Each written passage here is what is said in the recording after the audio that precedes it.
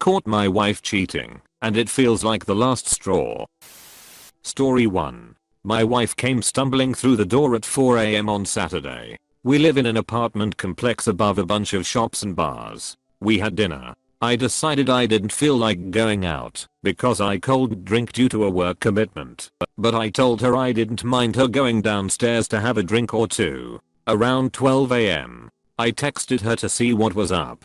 She told me she was just getting some good advice from one of her girlfriends that tends the bar. I fell asleep on the couch and woke up at 3 a.m. finding that she still wasn't home and the bar had closed at 2. Worried, I sent her a text asking where she was. She replied, "I'm dealing with someone." I reminded her that the bar had closed at 2. She replied that she was on her way home. I heard her struggling with the keys and opened the door for her.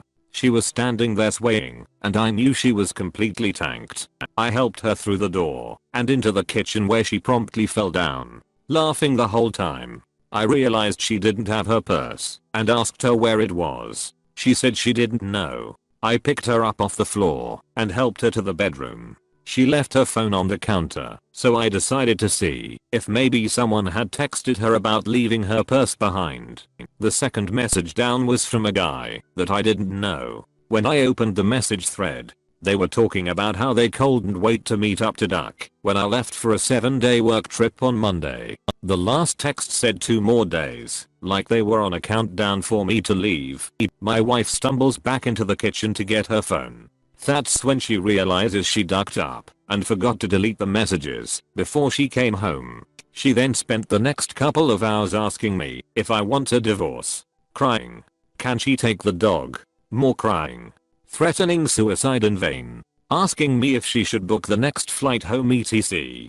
Not to get too specific, but I'm in the military and my job takes me offshore for about 2 weeks a month. Not the easiest lifestyle, but certainly not the worst in my career field, so I do empathize with her loneliness. The fact that she's completely removed from family and friends at home and stuck in the armpit of New Jersey, no offense. I actually don't mind it. I had previously had some suspicions in the fall of last year when she had some bruises around her breasts after I got back from a patrol. She explained them away by saying that she got a little rough while pleasuring herself. My gut told me it was bullshit, but when I confronted her, she denied it heavily. My suspicions grew more when a mutual male friend of ours suddenly became very unfriendly with her, but cordial to me, blocking her from all social media, her phone number, and refusing to acknowledge her presence when we happened to be at the same bar or restaurant. She later confirmed that he had given her those bruises,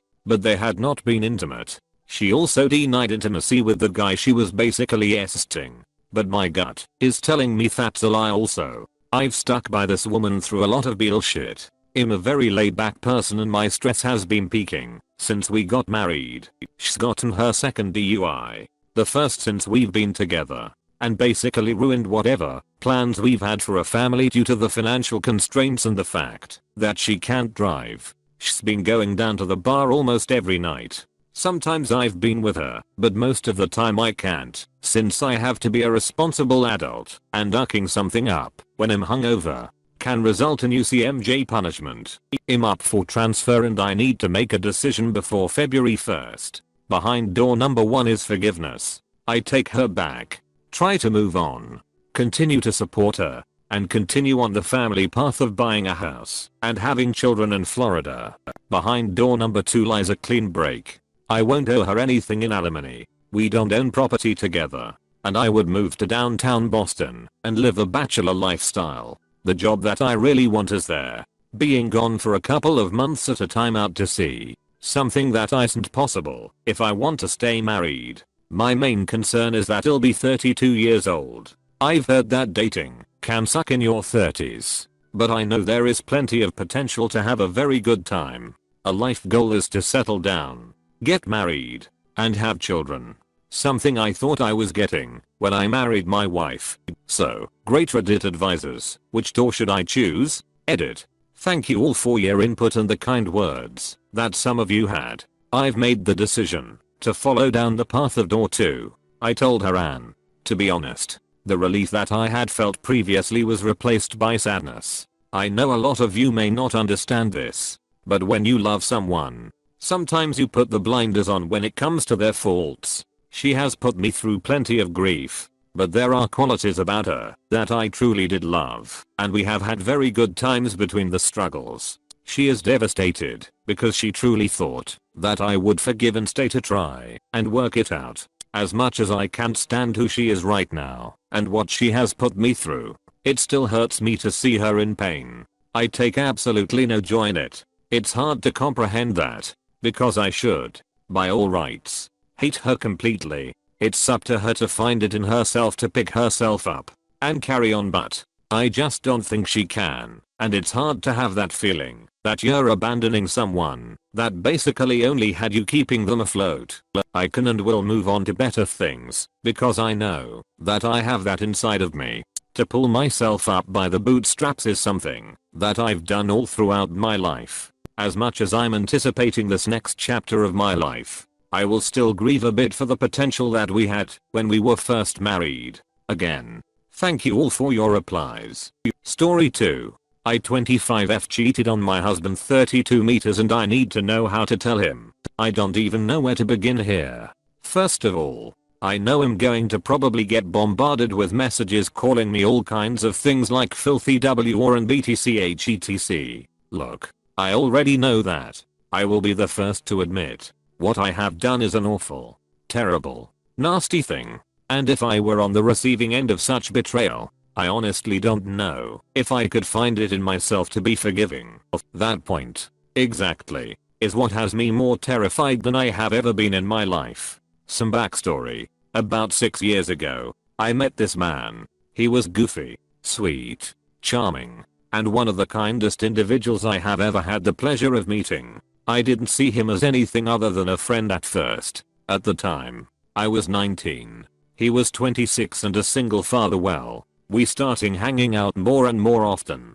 And even though I kept telling myself that I couldn't get attached, I got attached. I fell head over heels in love with him. I adored him. We dated continuously for the next few years, never fought. Never had any sort of major arguments or any real discourse for that matter. We didn't break up and do any sort of on again, off again shenanigans.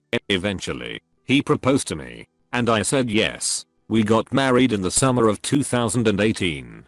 During all of this, he has continually worked his ass off to support his family. He sometimes works 16 hours a day to make sure he keeps his performance rating at work at the highest levels possible to ensure he gets a nice bonus whenever they come around. He has worked hard to move up in his career, and about a month ago, he landed basically his dream job.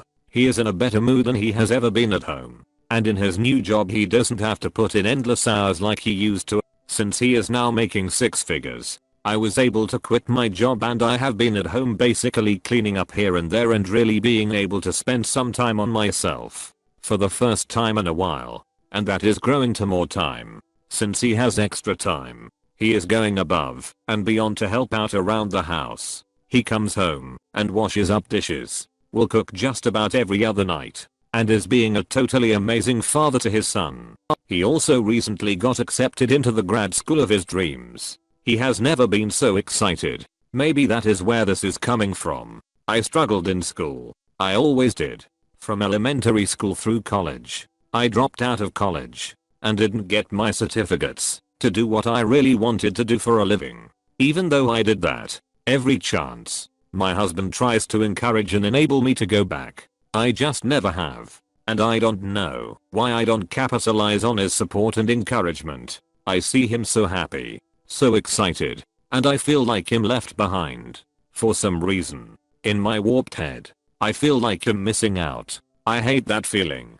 Because, in reality, I have it made. I have a husband that busts his ass to make it, so I don't have to go get a job. I can be at home and do wifely things. And I don't even have to work that hard there.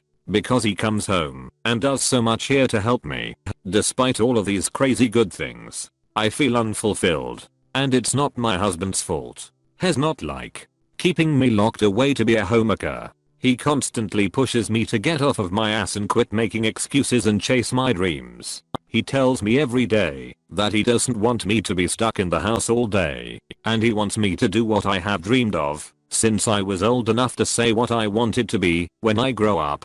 I guess that's one of the concerns I have. Is this normal? Is it normal for a brain to look past everything that is good and green in the world and focus on one thing that is missing, that could easily be rectified, and make an excuse to consider everything bad and meaningless? I guess one positive that has come from this recent newfound time for self-discovery and being able to be in my own space is that I have finally decided to really work hard towards being healthy. In the past 8 months, I have lost nearly 65 pounds. I no longer feel like some lumbering She-Hulk. I look good.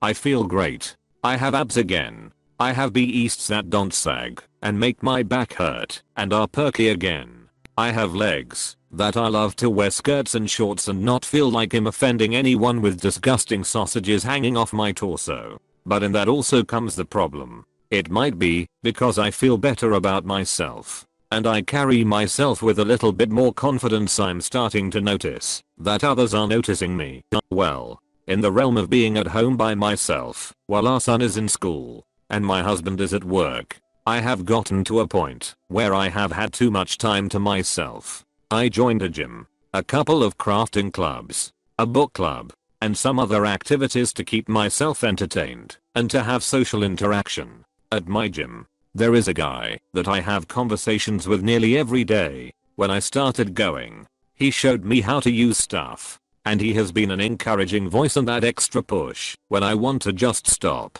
He makes me keep going. Well, call this guy Dave. After the first couple of months, Dave and I started meeting up outside the gym. We would grab lunch together, or go for a run, or just hang out at the mall and shop.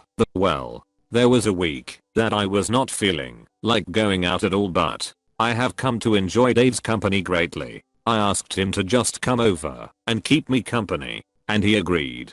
He came over, and even though I beckoned him to come to sit by me on the couch, he kept his distance. He had never up to that point, or including that day, made any advancements on me. Hell, he was one of the few guys I interact with on a regular basis who hadn't even so much as flirted with me. This is where my ducked up brain ducked things up again. For some reason, it went into schoolgirl crush mode. This guy wasn't giving me any attention that wasn't related to just being a good pal and supportive at the gym. I couldn't stand it. Was he playing hard to get? Was he going after some long game of being that good guy who steals me away? My brain decided that if he wasn't going to flirt and give me attention, then damn it, I was going to make the first move. Then comes this past Monday. My husband flew out on Sunday for a business trip. Our son is staying with his grandma for the week. For the next week, I have the house to myself and absolutely no plans. Per our regular weekend exchange of texts,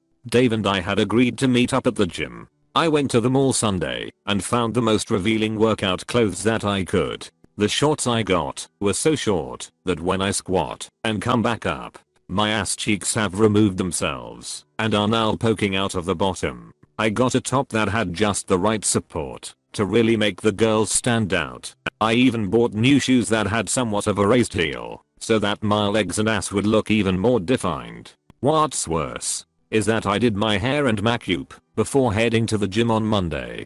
I get to the gym and it works. I notice him noticing me. I catch glimpses of him checking out my ass whenever he had a chance. I even watched him bite his lip as I used a machine that puts me on my knees sliding back and forth with my ass in the air. This drove me wild. He shot me a text as normal and asked if we were on for the gym on Tuesday. I sent him a message back telling him I was having one of those days and invited him to come over again. He agreed. So on Monday night, I went back to the mall. I get a pair of heels. I get a tiny dress. I get a push-up bra. I go to the salon and get my hands and feet gussied up, my hair cut and colored, and everything waxed. Well, Tuesday morning, I wake up and I get myself as dolled up as possible. Hell, I put more work into getting ready for Dave to come to hang out and watch some shows and shoot the asset that I put into getting ready for my senior prom. I looked hot.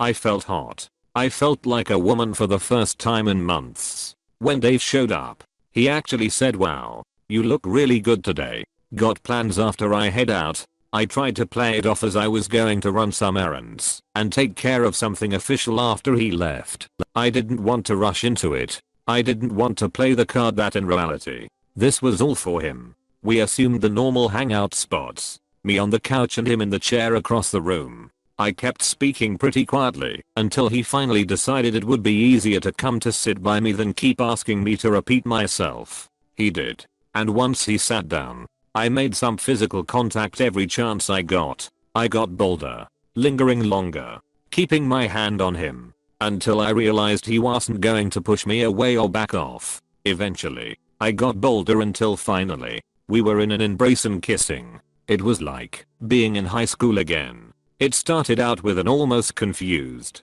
"Is this really happening?" kiss, and turned into a long makeout session. Before it went any further, he told me he had to leave, but asked if he could come back after he was done with his errands. I agreed and told him to come for dinner and he'd cook. He came back. I was afraid that he was politely trying to leave without breaking any hearts, and I cooked for us. We ate and drank about 2 bottles of wine between us. I asked him if he wanted to go watch another show or something, and he told me he wanted to continue where we left off. We did everything imaginable. He ended up staying the night, and as soon as we woke up in the morning, we picked right back up.